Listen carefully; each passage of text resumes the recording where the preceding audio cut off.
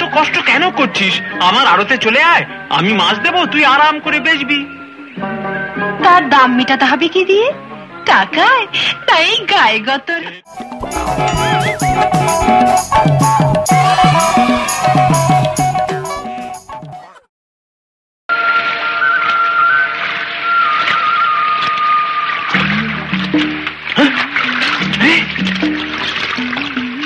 এতো জলপুরির মেলা রে। ঠিক বলেছেন কর্তা।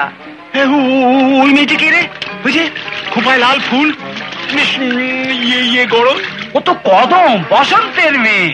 বসন্তের মেয়ে কদম? হ্যাঁ। বেশ টাকর টুকুরটি হয়ে উঠেছে। হ্যাঁ। এতদিন আমার নজরে পড়েনি কেন? ওর সঙ্গেই তো আজকাল ইয়েমানে ঘনার বেশ একটা মাখো মাখো ব্যাপার ইয়েমানে চলছে। তাই বুঝি? হ্যাঁ। সেটা তো জানতাম না। ও কদম, কি বলছো? শোন শোন শোন, এদিকে শোন। বলছিলাম এত রোদে কি এত মাছ ধরছিস?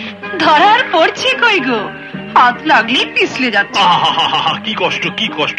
তা এত কষ্ট কেন করছিস? আমার আড়তে চলে আয়, আমি মাছ দেবো, তুই আরাম করে বেচবি। তার দাম মেটাতে হবে কি দিয়ে? টাকায়? তাই গায়ে গতর। বিমল বাবু, এই মেয়েদের মধ্যে কৃষ্ণ সেজে কি করছো?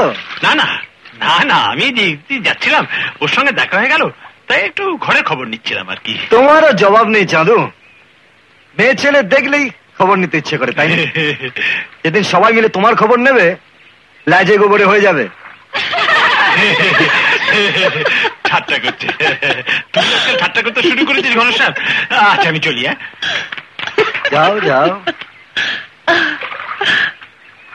কি বলছিল বেটা? বলছিল ওর আড়তে যেতে মাছ আনার জন্য। তুই যাবি না?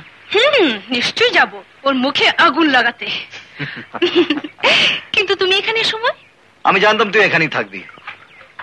শোন, আর সন্দেব, তোকে আমি নদীতে বেড়াতে নিয়ে যাব, যাবি তো? যেতে তো চাই, কিন্তু মা। আহা, তুই তৈরি থাকিস, কাকিমাকে আমি পটিয়ে নেবো, ঠিক আছে?